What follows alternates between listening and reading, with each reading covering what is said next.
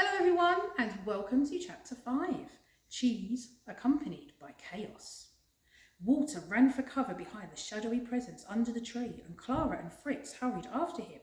The cheese carriage screeched to a halt and the three mice leapt off of it and started prowling around sniffing.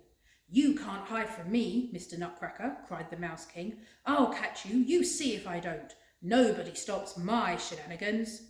In their hiding place, Walter, Clara and Fritz stayed very still, and they all held their breath.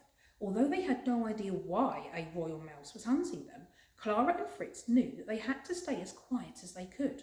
Nearby, the mice were marching about, sniffing great big sniffs. Beside her, Clara heard Walter's knees knocking. Closer and closer, the Mouse King's footsteps came. Clip, clop, clip, clop. It was too much for Walter. "Eek!" he said.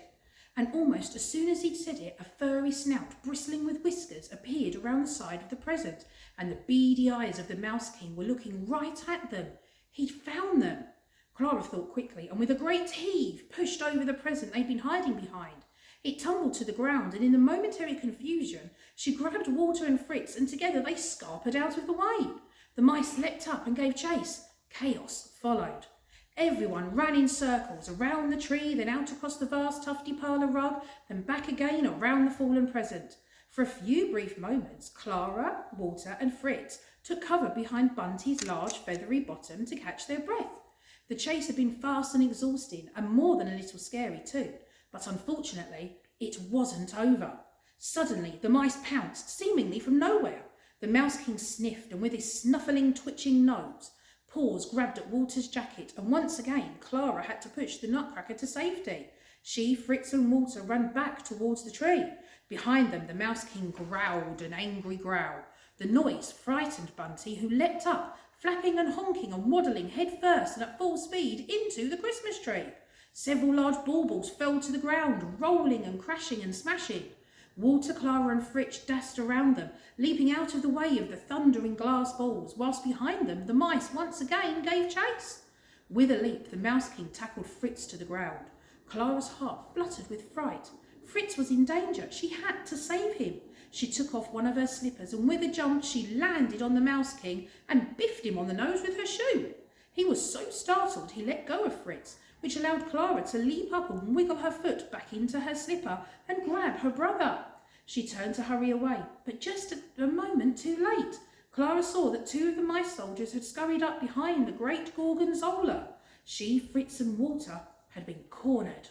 They were trapped against a large present with a dangly bow. The Mouse King recovered from his slipper biffing and walked slowly towards Walter with a sly, sneaky smile on his face. He held out a paw. "Give me the key," he demanded. "My shenanigans depend on it." Never," said Walter. "You can't have it." "Huh," snorted the Mouse King, and then he clapped his paws. "Get in, boys." The two soldier mice advanced towards them. Clara's heart thumped like a drum and Fritz's eyes were wide with worry. Then Clara had an idea. In a flash she whipped off both slippers and hurled them at the mice. "Quick," she cried, whilst the two soldiers were distracted. "Up there!" Then as nimbly as a trio of squirrels, she, Walter and Fritz climbed up the ribbon until they were on top of the present. Below them, the mice soldiers narrowed their eyes. They pulled catapults from their belts, loaded them, and ping, ping, fired two great lumps of stinking cheese into the air. One hit Walter and one hit Fritz, sending them both tumbling off the box. "Fritz!" cried Clara. She peered over the edge. Fritz was lost in the shadows, but she saw the three mice and Walter tumbling about on the floor in a great ball of tails and ears and arms and legs. There was a flash of something gold and key-shaped. Then all of a sudden, the mice abandoned Walter and started to run away. "Grab that beaded chain," the Mouse King snapped, pointing to the Christmas tree. "We'll need that too." His two soldiers did as they were told, and above Clara, the Christmas tree started to wobble as the train was pulled slither-quick from it. The room shook as the enormous tree rocked back and forth. Clara looked for Fritz. She had to find him and get him to safety. But before she could do anything, the entire tree fell with an almighty crash. It smashed to the floor with a noise louder than anything Clara had ever heard before. Her tiny ears rang with the sound of snapping branches and shattering glass. The candle snuffed out with a hiss. Clara was trapped beneath it all, but she managed to peek out just in time to see the 3 mice climb onto Bunty's back and take off up the chimney. And there in the Mouse King's paw was the unmistakable shape of the magic golden key.